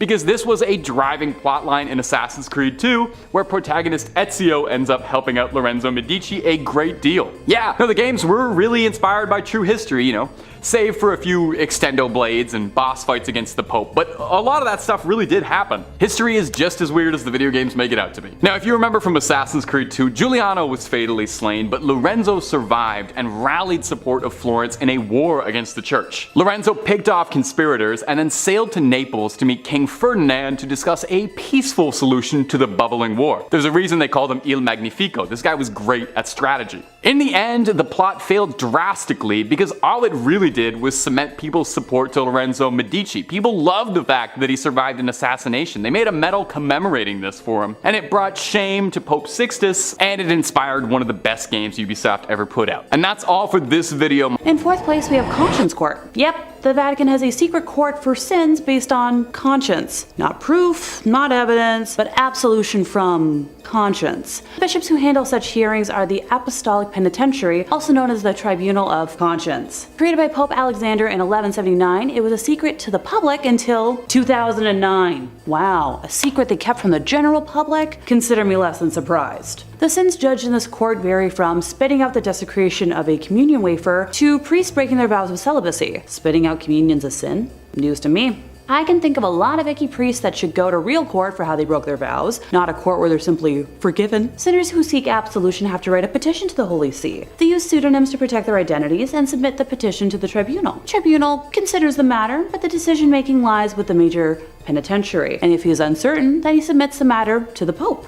Until about the 18th century, heinous crimes such as ending lives and fornication against will were judged by the tribunal. Sure, let's give Father whatever his name is a slap on the wrist so he can have a clear conscience about breaking serious laws and go back to his biggest concern about having a perfect life after passing. Because that's the priority for serious crimes. Same with using a fake name for protection. Really great. Number 2 on our list is the Vatican Bank. Yeah, totally not suspicious at all. Buckle in because there is a lot to unpack here. Formerly known as the Institute for the Works of Religion, the Institute, or the IOR for short, was founded in June 1942 by papal decree of Pope Pius XII.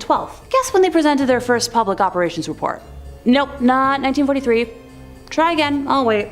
Nope, not even in the 1900s. 2013. Yeah, you heard me correctly. 70 freaking years later, they produced their first annual report. You know, the thing that's supposed to be presented every year so no one does anything shady or illegal. Previous to this, all internal ledgers were destroyed every 10 years in accordance with their policy. So did they exist or not? The IOR's role is to safeguard and administer property intended for works of religion or charity. The bank accepts deposits only from top church officials and entities, and is run by a president but overseen by 5 cardinals who report directly to the Vatican and the Vatican Secretary of State. So they only report to themselves.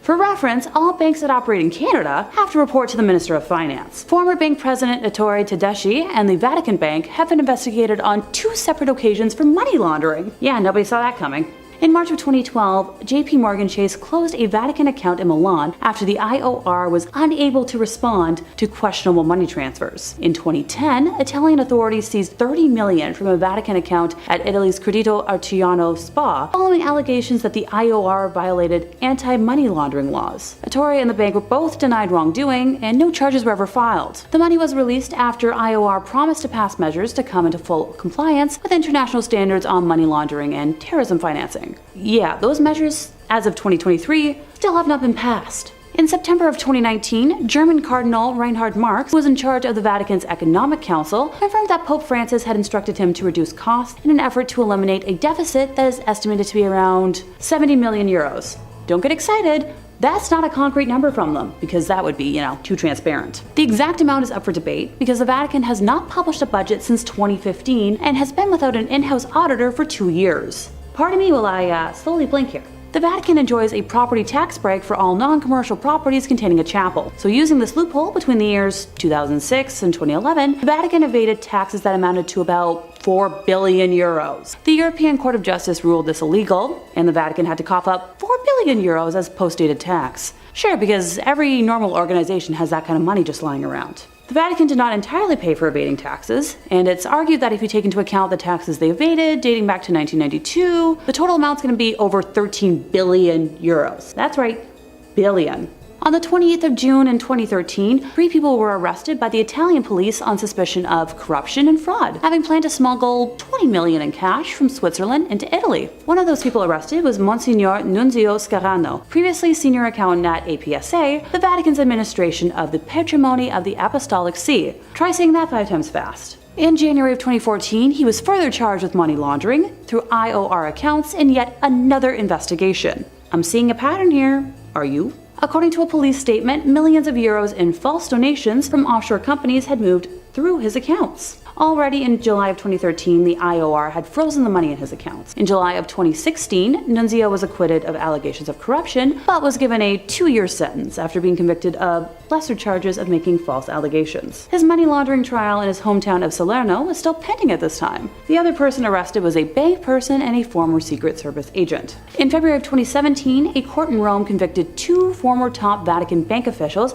Paolo Cipriani and Massimo Tullioff, for omissions in communications involving 3 small transfers. Paolo was a former Vatican bank director, and Massimo was his former deputy. They were, however, acquitted of a more serious money laundering charge, which involved $60 million in transfers, and were sentenced to 4 months and 10 days in prison. They were also forced to return $6,000 each. Oh, so glad they had to return so much of that money. In 2018, Vatican prosecutors indicted former Vatican Bank president Angelo Caloia and an attorney, Gabriele Liuzzo, for embezzling $62 million and using a real estate scam between 2001 and 2006. Oh yeah, totally a safe bank to put money in. And in first place, we have some unethical history German stuff. Thanks to guidelines, I have a lovely dictionary of words I cannot say, so I'll try to give y'all a little list right now. Yahtzee gonna represent a group that carries about, a very distinct flag, and evil dictator Schmiedler is their leader. But I'll just use evil dictator or cruel dictator. I hope y'all can follow along, because things are about to get dicey. Remember that bank I just talked about? Yeah, time to get even more in depth.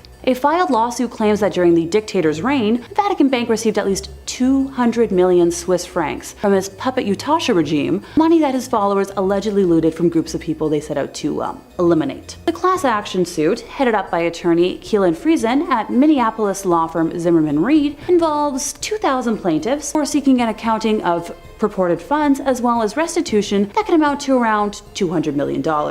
The claim also names, unidentified Swiss, Austrian, Argentine, Spanish, Italian, Portuguese, and German banking institutions, where plaintiffs' lawyers say some of the plunder may have been routed to help the war criminals escape to Argentina.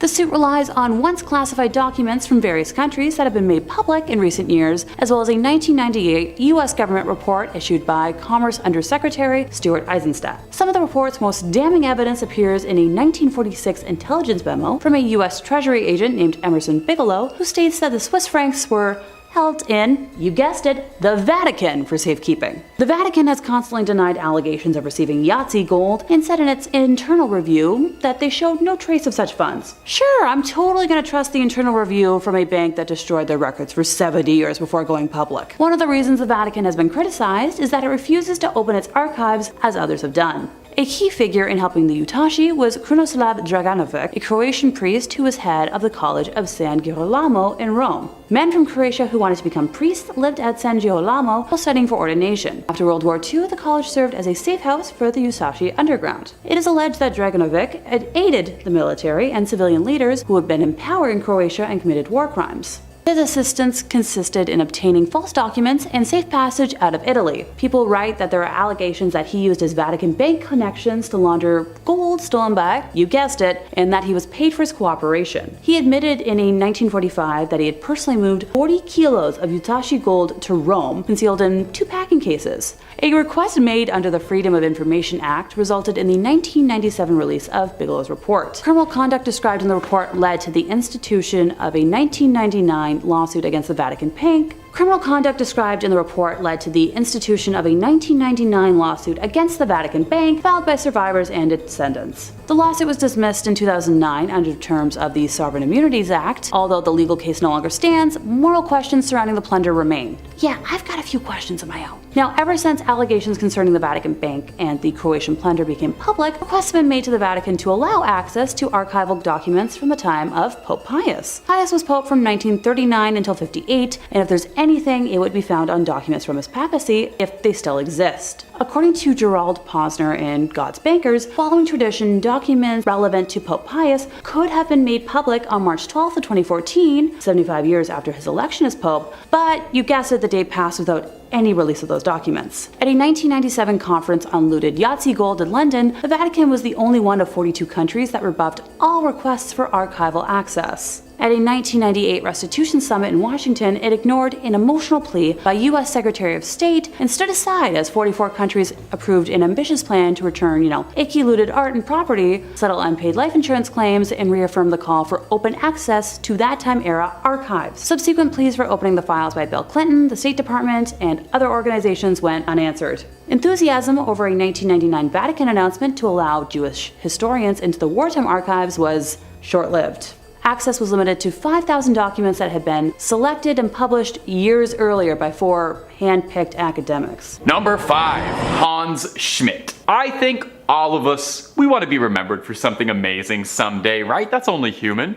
For walking on the moon, for writing the great American novel. Me? I want to be remembered for being a slightly above average YouTube host for spooky internet comment. Well, Hans Schmidt, a German priest, he's certainly remembered and found himself a legacy when he became the only Roman Catholic priest in American history to face the death sentence. They probably didn't put that on his tombstone or anything though. They say that you can see the signs of darkness from a very early age. Schmidt had wanted to be a priest since an early age, funny enough, but he was also routinely caught killing animals and drinking the fluids that were inside, and would apparently spend most of his youth at the slaughterhouse. And also his Wikipedia page mentions that he had a collection of severed geese heads that he'd put in his pockets. So yeah, maybe there were some warning signs and red flags here that people really were not paying attention to. By age 25, Hans Schmidt was ordained to be a priest and served over Mass for 4 years in Germany before relocating to Louisiana. Schmidt got himself involved in some wild crimes, doing some unspeakable things that the church covered up for him. Wasn't that nice of them?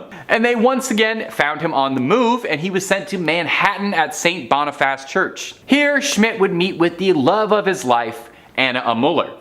He became immediately obsessed with her, claiming that it was God's will he fall in love with her. Oh my god, ladies, don't you just hate it when a guy pulls the old, oh, it's God's will, it's God's will, all the time, eh? He began an affair with her, and he held a secret wedding, vowing to leave the cloth with her. When a Muller became pregnant, Schmidt knew he would be outed for disobeying the oath of priesthood. So, being a reasonable thinking man of God, Schmidt's solution was to slit her throat and remove her limbs and throw it in the Hudson River, and then went to Mass the next day. Oh, no, that's actually not very priest-like at all. Schmidt was tried, convicted, and executed in Sing Sing prison, where, like I mentioned earlier, he remains the only American priest that's ever happened to. Although from what I've learned about the guy, I don't think anyone would complain too much that happened. I don't know if this was a huge loss. And if you're looking for way more stories of creepy crawlies, ghosts, goblins, conspiracies, and basically anything freaky under the sun and above it that you can think up, hit subscribe for Top 5 Scary and don't miss a single scream.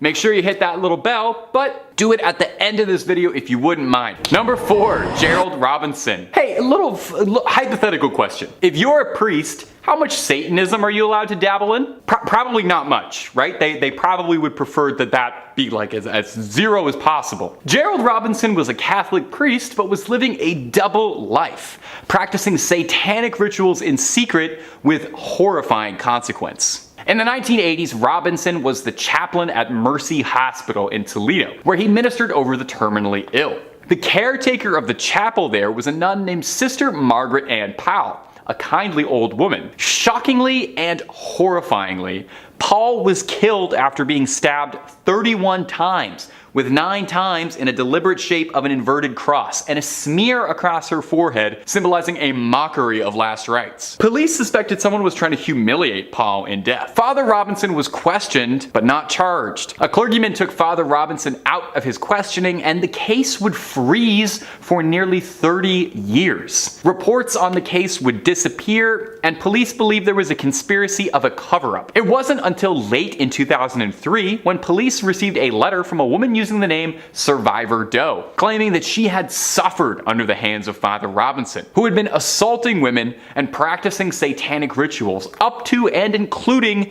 human sacrifice. With these new, lofty allegations, authorities reopened the case, and upon searching Robinson's apartment, discovered a sword-shaped letter opener that fit the wound in the nun's body like a key to a lock, according to prosecutors. What What a charming turn of a phrase for a horrible thing. In 2006, Robinson was charged, and hopefully Sister Paul was able to find some peace in the afterlife after such a mortifying ordeal. Number 3, Father Daniel Petrocorgano. When you take the cloth, you get called on for all sorts of things: marriages, funeral rites, confessions, and in the extreme cases, exorcisms, where you're the last line of spiritual defense against a demonic spirit that has taken host of someone else's body. Of course, exorcisms don't always go the way that you would hope. You know, sometimes a little pea soup gets fired across the room. Sometimes the person you're exorcising accidentally dies from your neglect. You know, anything can happen, really. Father Daniel Petrocorgano believed that a member of his flock, a nun in the convent, one Sister Marcia Corici,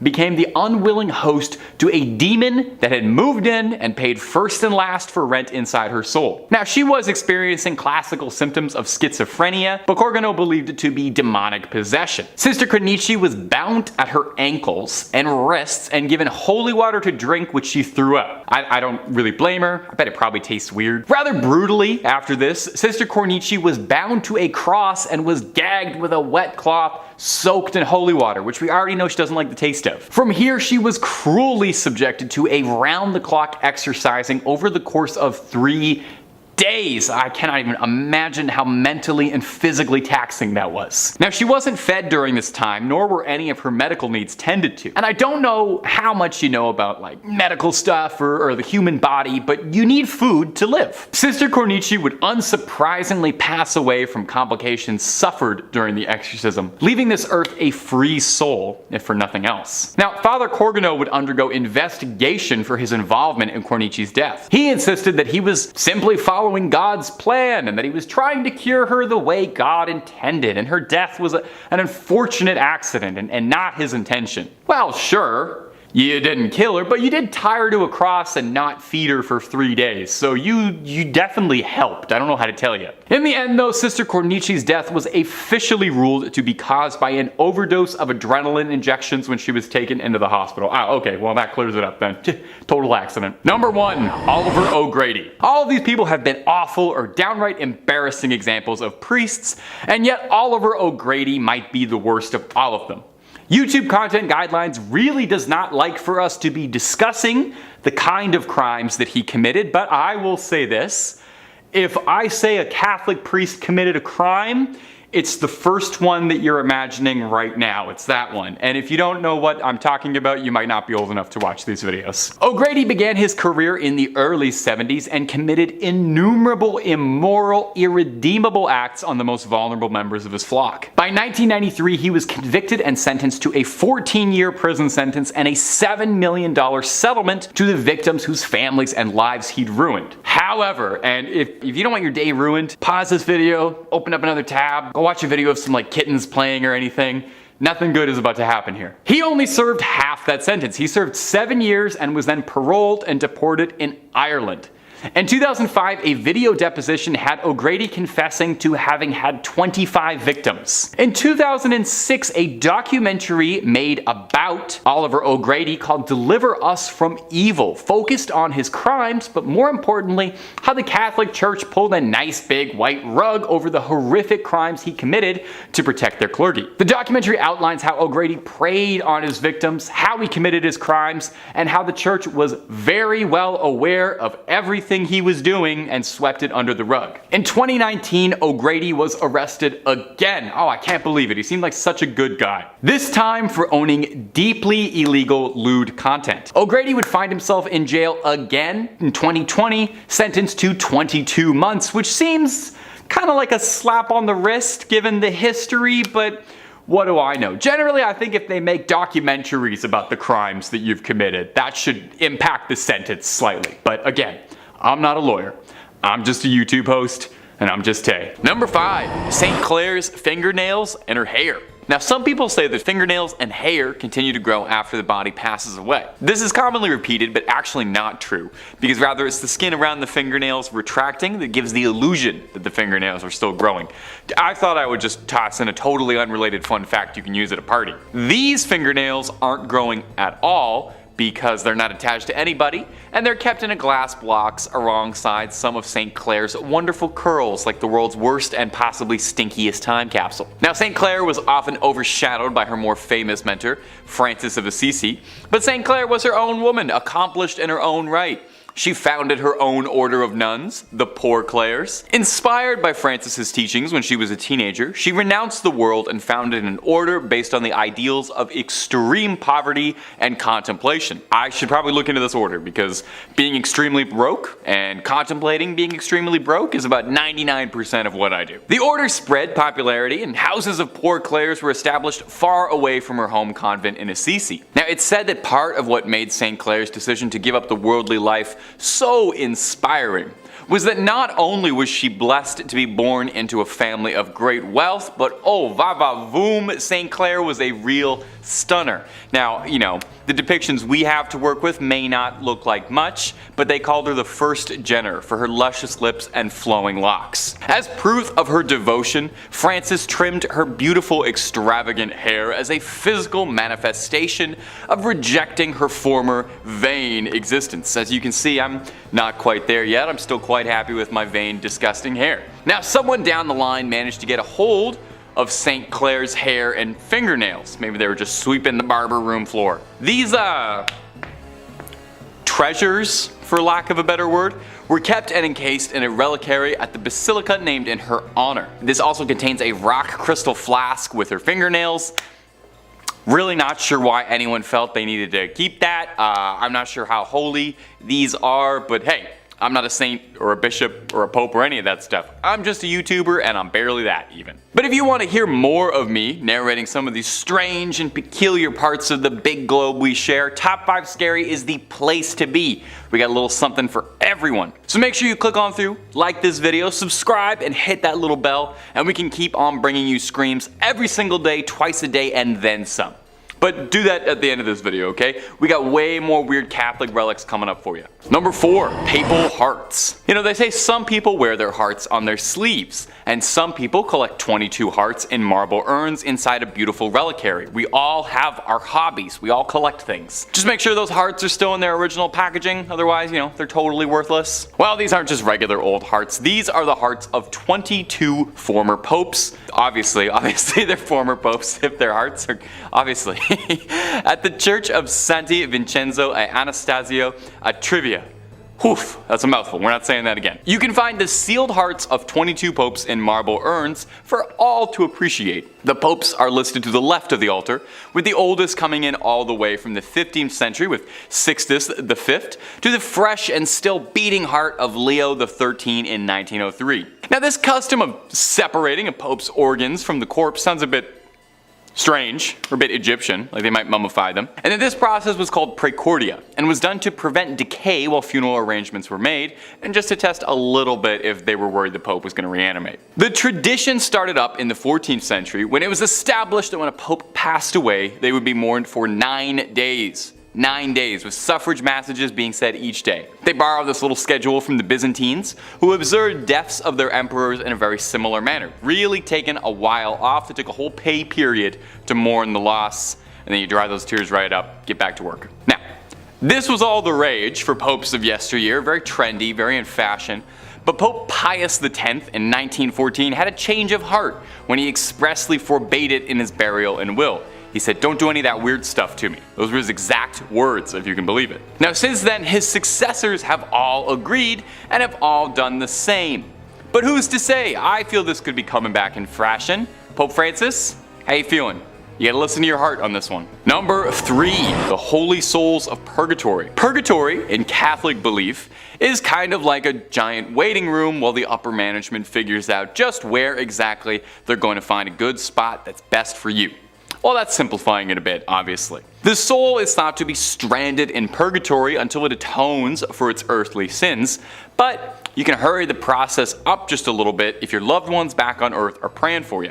In the back of the Chiesa del Sacro Cuore del Suffragio del Piccolo Museo del Purgatorio, or Museum of the Holy Souls in Purgatory, holds a collection of relics that have been singed by the hands of the souls of those trapped in purgatory. These burned handprints are believed to be the souls trying to communicate that their loved ones need to pray harder. I don't know about you, but I would definitely start praying real hard if burned handprints started showing up in my books, but I would be praying for an exorcist, more likely. Now, this is kind of interesting, and I didn't even know this. Purgatory isn't even mentioned directly in the Bible, but the concept of purgatory dates back to the 11th century. This notion that trapped souls needed to be freed came from a story told to the Abbot Odilo of Cluny by a monk returning from the Holy Land.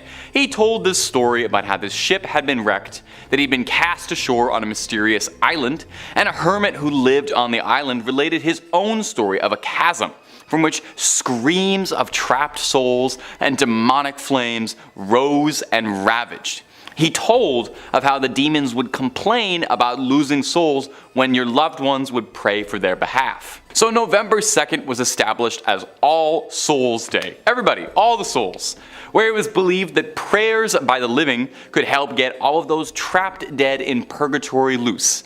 You know, it's kind of like that one episode of The Simpsons where the town comes together to get Bart out of the well. It's a similar enough concept, you know. They sang a song, you pray, souls get out, Bart gets out, pretty much one and the same. This particular collection of burned relics in particular, though, was collected when Victor Jouet, the missionary behind the collection, experienced a fire that burned part of the original suffragio, leaving behind a scorched image of a face that he believed was a trapped soul. Now, again, just me personally, but if I saw a face burned into one of my possessions, I would move entirely, call an exorcist, be putting salt circles around my feet for the rest of my life, but I appreciate what he did too. Number 2, the Santa Maria della Concesione crypts. Whew, my Italian is not as good as it should be.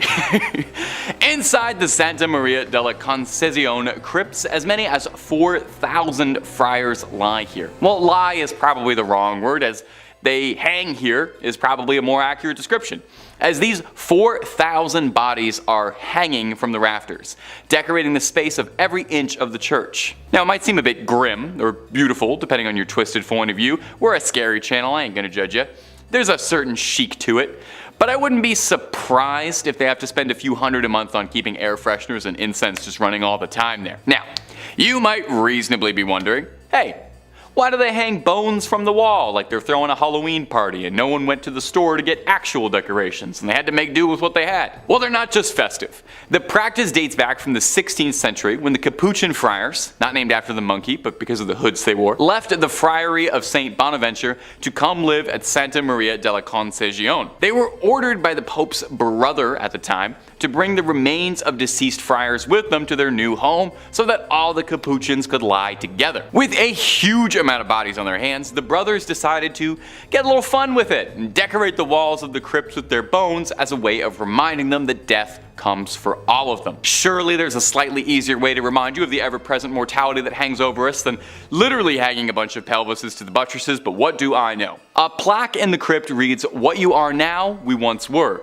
What we are now, you shall be," which is grim.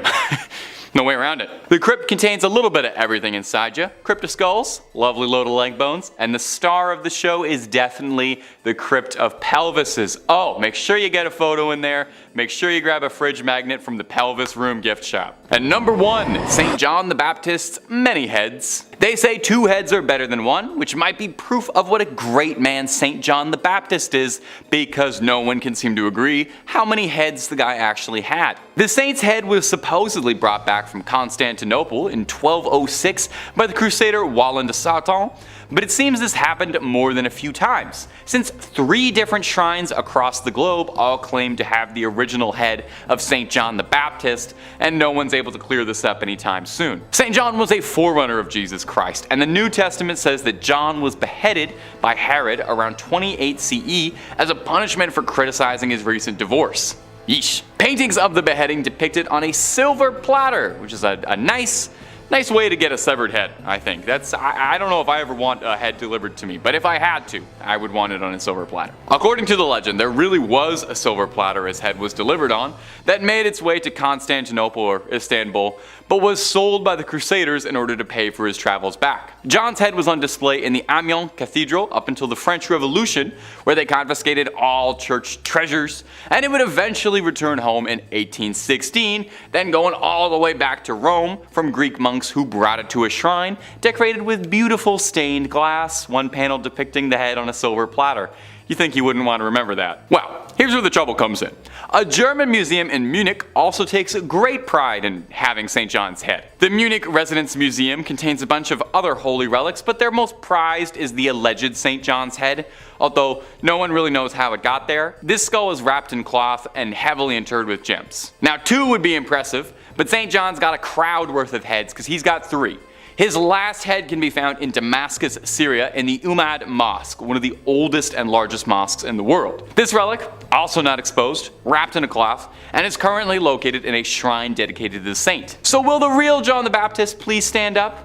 Or do all 3 of these heads actually really belong to him, and he had to be beheaded 3 times for it to take? You know what, don't answer that. I'm not sure if that's something I really want to know. In 5th place, we have diamond proof of an SA scandal. Alrighty, can I get a show of hands? What's the first thing you think of when I say priest and scandal in the same sentence? Do those 2 words have the initials SA? I had a feeling. So those are words that this platform doesn't really like, so pardon me while I try to dodge them, and I apologize in advance for how comical I'm about to sound. This affair kicks off on June 22nd of 2023, when the Society of Jesus of Bolivia acknowledged that it had received from the Vatican a copy of the diary belonging to the late Alfonso Pedrejas, who was a priest accused of taking advantage of dozens of minors. He died of cancer in 2009, so he never faced repercussions for his actions in his lifetime. Primarily known as Father Pica, he was placed in boarding schools for impoverished youth, primarily in Cochabamba in the 1970s. So the diary was turned over to the prosecutors in that same city for that reason, and it was discovered that the late priest kept detailed accounts of the underage horrors he committed in Bolivia. So at one point, according to his diary, he told a colleague about the crimes, only to be advised not to mention it in future confessions. Yeah, the good old ignore it and it'll go away approach. The priest's nephew, Fernando Pedrejas, discovered a printout of the diary in an attic and turned it over to a major newspaper. And in its pages, the priest wrote lines such as, "I hurt so many people, too many." The newspaper publishing excerpts from the diary prompted an outcry in Bolivia and an official Vatican response. Go figure. Pope Francis promised to ensure the full cooperation of the church to work alongside the government as it investigates the allegations. He also expressed sorrow over the ongoing revelations in the Catholic Church, calling them deplorable. Yeah, okay. And remind me again, what does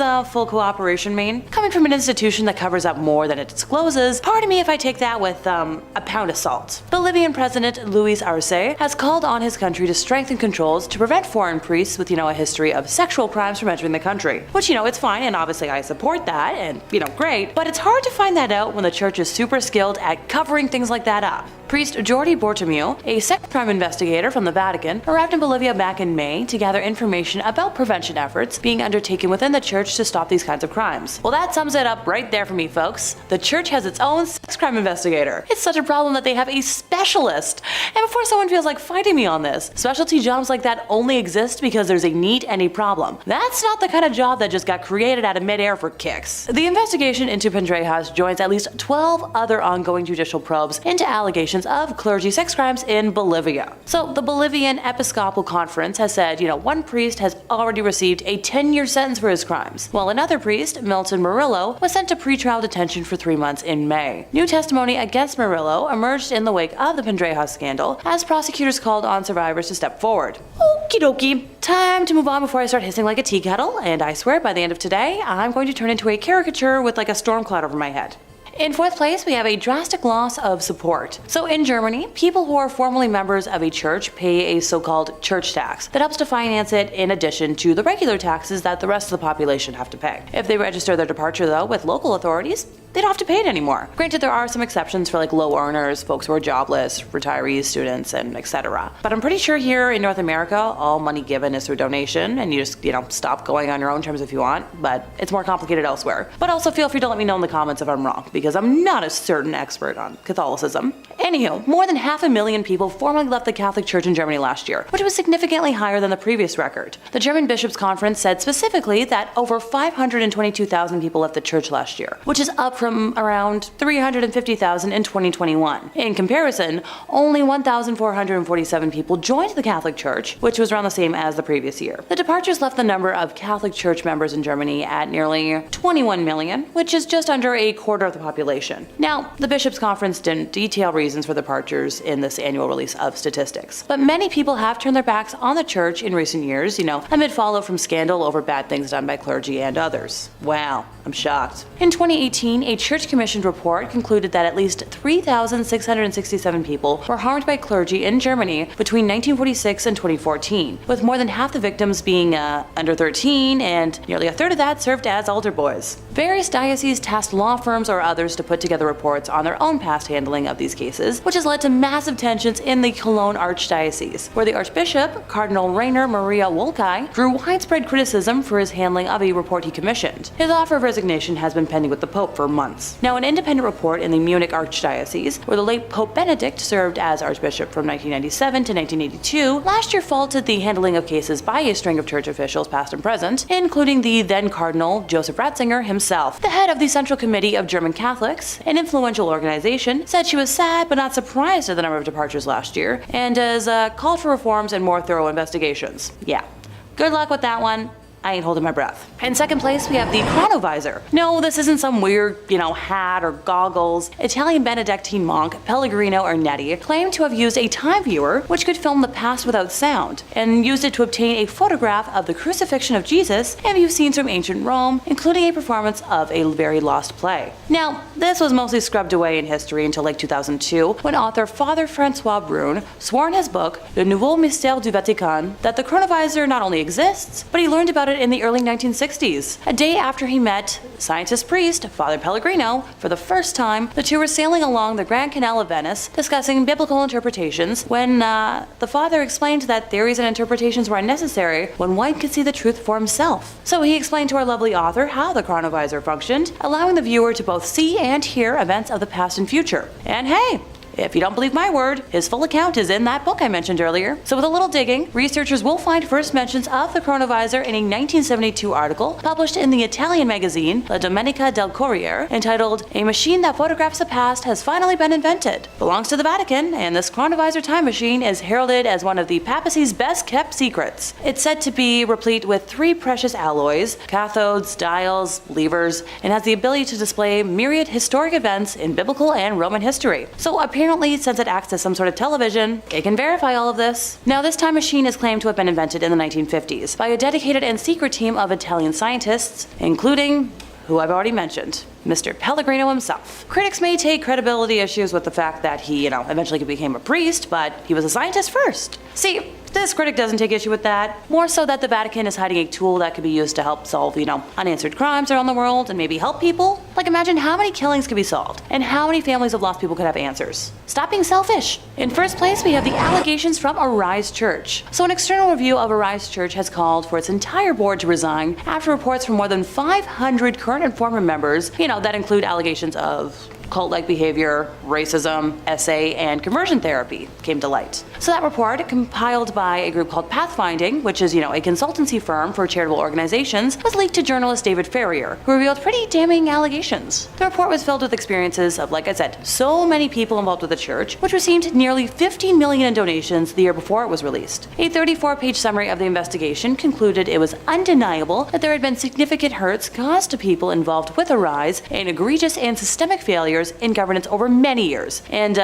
called for the board members to get the heck out. Arise Church senior pastor John Cameron did resign from his role following all these allegations, and Brent Cameron, pastor and brother of John, also resigned from his position around the same time. In a statement on its website, Arise said it was committed to safely share the stories of those who had participated and the report had been illegally obtained. Sure, whatever you say. The Pathfinding report recommended a full independent review of the church's finances, including, how donations tagged for certain purposes are used in reality, and a review of policies around expenditure limits for senior leadership. It also recommended disallowing tithing by younglings, and for those who are unaware, it means giving a percentage of your earnings. There was pressure to donate money, and some felt pretty uncomfortable about comments made about their donations.